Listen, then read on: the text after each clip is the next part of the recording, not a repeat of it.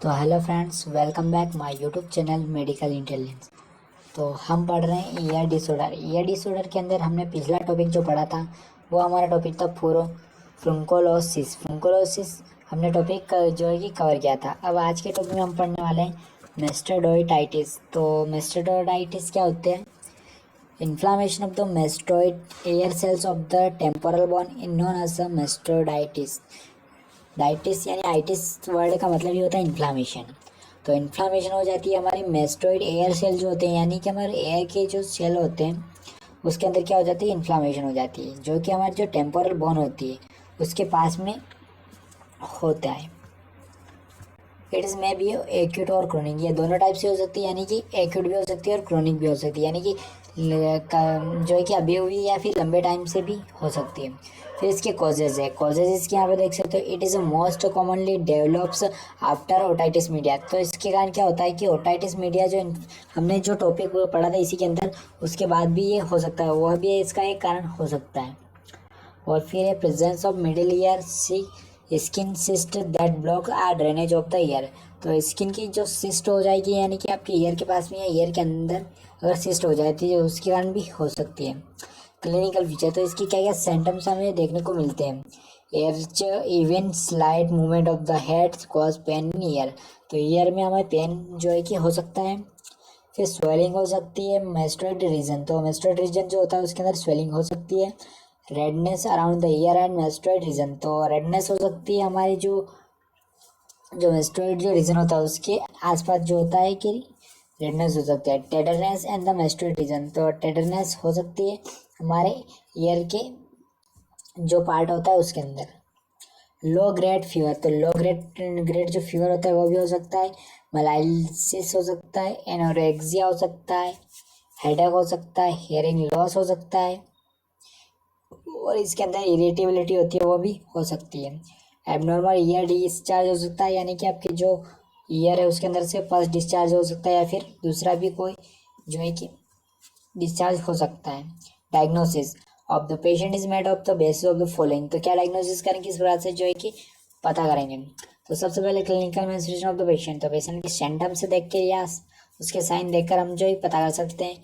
फिर physical examination, तो physical examination की मदद से भी हम पता लगा सकते हैं। फिर कंप्यूटेड टोमोग्राफी, तो कंप्यूटेड टोमोग्राफी यानी सिटी स्कैन की मदद से भी देख सकते हैं। फिर एमआरआई करके भी देख सकते हैं। फिर ट्रीटमेंट क्या होगा इसका, एंटीबायोटिक थेरेपी यहाँ पर चलेगी, जिसके अंदर सिफ्ट्रिक्सोन जो हमारा एंटीबायोटिक है वो चलेगा। फिर पेनिसिलिन जो हमारा एंटीबायोटिक है वह चलेगा।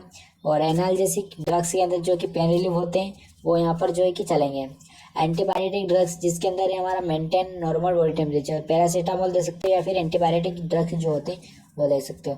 फिर नर्सिंग मैनेजमेंट के अंदर असिस्ट द वाइटल साइन, तो असिस्ट करेंगे वाइटल साइन और जनरल हेल्थ स्टेटस असेसमेंट करेंगे। असिस्ट करेंगे severity of clinical manifestation, administer all the prescription medication using 5 rules. तो जो 5 जो रूल होते हैं वो यहाँ पर यूज़ करेंगे। आईवी एंटीबॉडीज में यहाँ पर प्रोवाइड करेंगे। और पेन किलर जो हमने ट्रीटमेंट के अंदर देखा था वो यहाँ पर जो है कि प्रोवाइड करेंगे।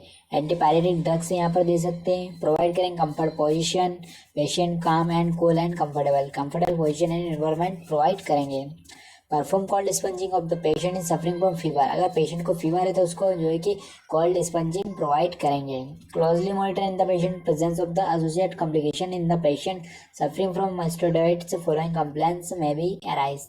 तो उसको जो इन्फ्लामेशन जो हुई है उससे रिकॉर्डिंग यहाँ पर जो है कि मैनेजमेंट करेंगे।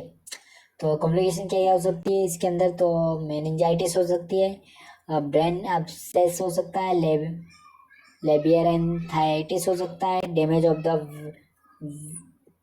विस्ट एंड क्रैनियल नर्व। तो जो 6 और 7 जो क्रैनियल नर्व वो जो है कि यहाँ पर जो है कि इमीडिएट इन्फॉर्म द डॉक्टर, वो डैमेज हो सकती है, तो यहाँ पर डॉक्टर को इन्फॉर्म करना है। Assist the patient in the performing activities of daily living required, तो पेशेंट की जो डेली रिलेटिव एक्टिविटी है उसको यहाँ पर जो है कि असिस्ट करना है या फिर उसको जो कि मैं देखना है। Maintain is the nutritional of the patient, तो मेंटेन करना है पेशेंट का इलेक्ट्रोलाइट्स और जो भी बॉडी के अंदर न्यूट्रिशनल लेवल आते हैं वो सभी मेंटेन करना है। In severe cases abnormal discharge में भी appear in this case. condition. Cleaning in the ear canal generally using a sterile cotton swab. Provide information to the patient and his family member regarding disease process. तो regarding disease process के according यहाँ पर जो है कि उसके family को member को जो है कि प्रोसेस समझानी है. Research the patient is provide emotional support. Emotional support यहाँ पर प्रोवाइड करना है या साइकोलॉजी सपोर्ट प्रोवाइड करना है. Prepare the patient for the surgical management as per doctor prescription. तो सर्जिकल के लिए यहाँ पर जो है कि प्रिपेयर करना है किस प्रकार से सर्जिकल मैनेजमेंट. तो सर्जिकल मैनेजमेंट के अंदर क्या होगी, मेनिंगोटोमी हो सकती है इन दिस. तो मेनिंगोटोमी क्या होती है, इसका प्रोसीजर. अगर आपको इसका प्रोसीजर लाइव देखना है तो हम हमारे जो सर है उनका एक जो है कि ओटी के अंदर जैसे प्रोसीजर जो है परफॉर्म करेंगे वो, तो उसका आपको यूट्यूब चैनल दे देंगे जहाँ पर आप जो है कि लाइव देख सकते हो. तो क्या होता है मेनिंगोटोमी, पूरा प्रोसीजर आप देख सकते हो. In this surgical procedure N incision made into the tampering membrane to the drain middle ear. तो ये क्या होता है कि इससे सर्जिकल प्रोसीजर होता है. इसके अंदर क्या होता है कि कट लगाकर या इंसिजन, यानी कि उस पार्ट मतलब समझ लीजिए कि स्किन की थोड़ी सी लेयर, यानी कि जो टेम्परिंग मेम्ब्रेन होते हैं उसकी हल्की सी लेयर निकाल के जो मेनिंगोटोमी होती है यहाँ से जो पार्ट को रिमूव किया जाएगा. वहाँ पर इस मेम्ब्रेन को जो है कि फिर से ड्रेन कर देंगे और मिडिल ईयर में फिर से जो है कि कंपोनेंट कर देंगे. मेस्टेक्टोमी. तो मेस्टेक्टोमी क्या होती है, इसका भी प्रोसीजर आपको वहाँ पर यूट्यूब चैनल पर देखने को मिल जाएगा विद टेम्पेनोप्लास्टी. तो दोनों का प्रोसीजर आपको लाइव देखने को मिलेगा, तो आप अच्छे से समझ सकते हो और अच्छे से जो है कि क्लियर कर सकते हो. In mastoidectomy mastoid cell of the mastoid process remove by the surgical procedure. तो ये सेल्स होते हैं, मेस्टोइड सेल्स होते हैं, जिनको क्या होता है कि एक प्रोसेस होती है जिसके अंदर क्या होता है कि इनको रिमूव कर दिया जाता है सर्जिकल प्रोसीजर के अंदर. Repairing of this tympanic membrane of the known as the tympanoplasty. तो जो टेम्परिंग मेम्ब्रेन होती है उसको जो है कि रिपेयर कर दिया जाता है जिसे टेम्पेनोप्लास्टी कहते हैं. नर्सिंग मैनेजमेंट क्या हो सकता है, तो नर्सिंग मैनेजमेंट यहाँ पर सर्जिकल मैनेजमेंट के अंदर पोस्ट ऑपरेटिव केयर जो प्रोवाइड की जाती है वो यहाँ पर करेंगे, और फिर पोस्ट ऑपरेटिव केयर यहाँ पर जो है कि प्रोवाइड करेंगे. तो यहाँ पर देख सकते हो post operative care assist the vital sign, और ये जो पोस्ट ऑपरेटिव केयर के अंदर आते हैं. और फिर मेडिकेशन रोल्स यहाँ पर जो प्रोवाइड करें, इंकरेज द पेशेंट, सारे यहाँ पर पोस्ट ऑपरेटिव केयर प्रोवाइड किए जाएगी. देख सकते हो यहाँ पर पूरी केयर दे रखी है. तो यहाँ पर देख सकते हो हमारा आज का जो टॉपिक है कंप्लीट हुआ. और आगे के टॉपिक को पढ़ने के लिए हमारे वीडियो को लाइक करिए और चैनल को सब्सक्राइब करिए.